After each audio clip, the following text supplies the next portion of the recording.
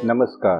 अर्जुन ने भीमसेन की सहायता से पांडवों की शौर्य कीर्ति बल का विस्तार किया, जिसमें उन्होंने युद्ध में पूर्व दिशा के संपूर्ण योद्धाओं तथा 10,000 रथियों को जीत लिया। इसी प्रकार एकमात्र रथ से यात्रा करके धनंजय ने दक्षिण दिशा पर भी विजय पाई और अपने धनंजय नाम को सार्थक करते हुए कुरु देश की राजधानी में धन की राशि पहुंचाई। इस प्रकार पांडवों ने प्राचीन काल में दूसरे राष्ट्रों को जीतकर अपने राष्ट्र की अभिवृद्धि की। पांडवों के अत्यंत विख्यात बल पराक्रमी बात जानकर उनके प्रति राजा धृतराष्ट्र का भाव सहसा दूषित हो गया।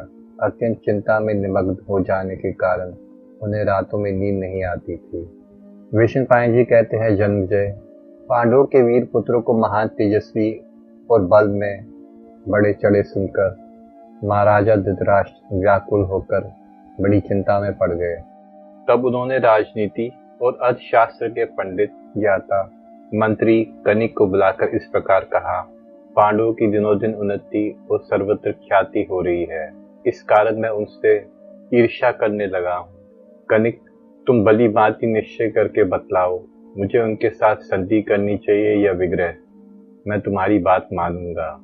विष्णु पायन जी कहते हैं, राजन, राजा धृतराष्ट्र के इस प्रकार पूछने पर विप्रवर कनिक मन ही मन बहुत प्रसन्न हुए तथा राजनीति के सिद्धांत का परिचय देते हुए तीखी बात कहने लगे।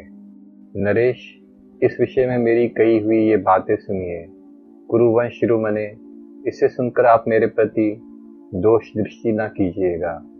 राजा को सर्वदा दंड देने के लिए उद्यत रहना चाहिए और सदा ही पुरुषार्थ प्रकट करना चाहिए।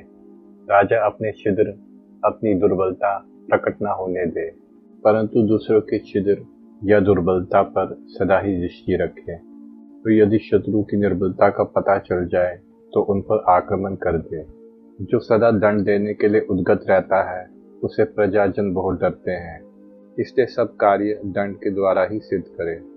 राजा को इतनी सावधानी रखनी चाहिए जिससे शत्रु उसकी कमजोरी न देख सके, और यदि शत्रु की कमजोरी प्रकट हो जाए तो उस पर अवश्य चढ़ाई करे। जैसे कछुआ अपने अंडे की रक्षा करता है, उसी प्रकार राजा अपने अमात्य, राष्ट्र, दुर्ग, कोष, बल और बंधुओं की रक्षा करे और अपनी कमजोरी को छुपाए रखे। यदि कोई कार्य शुरू कर दे तो उसे पूरा किए बिना कभी न छोड़े, क्योंकि शरीर में गड़ा हुआ कांटा यदि आधा टूटकर भीतर ही रह जाए तो वह बहुत दिनों तक मवाद देता रहता है। अपना अनिष्ट करने वाला शत्रु का वध कर दिया जाए, इसी की नीतिज्ञ पुरुष प्रशंसा करते हैं। अत्यंत पराक्रमी शत्रु को भी आपत्ति में पड़ा देखकर उसे सुगमता पूर्वक नष्ट कर दे। इसी प्रकार से जो अच्छी तरह से युद्ध करने वाला शत्रु है उसे भी आपत्ति काल में ही अनायास ही मार भगाए। आपत्ति के समय शत्रु का संहार अवश्य करे। उस समय उसके संबंधी या दोस्त आदि का विचार कदापि न करे।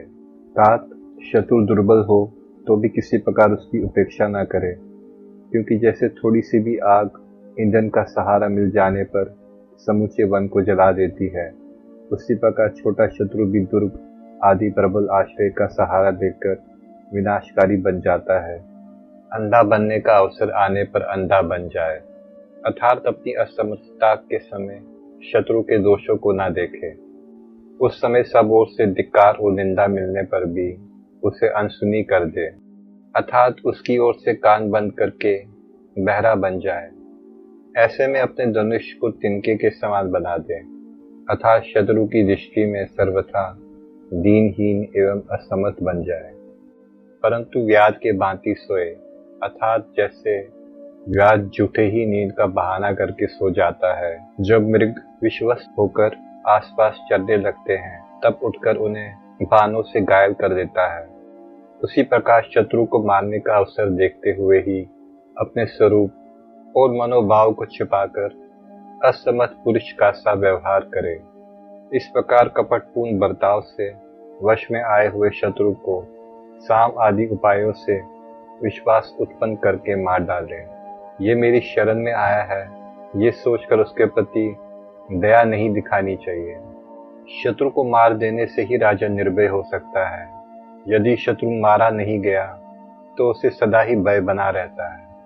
जो सहज शत्रु है उसे मुंह मांगी वस्तु देकर दान के द्वारा विश्वास उत्पन्न करके मार डाले।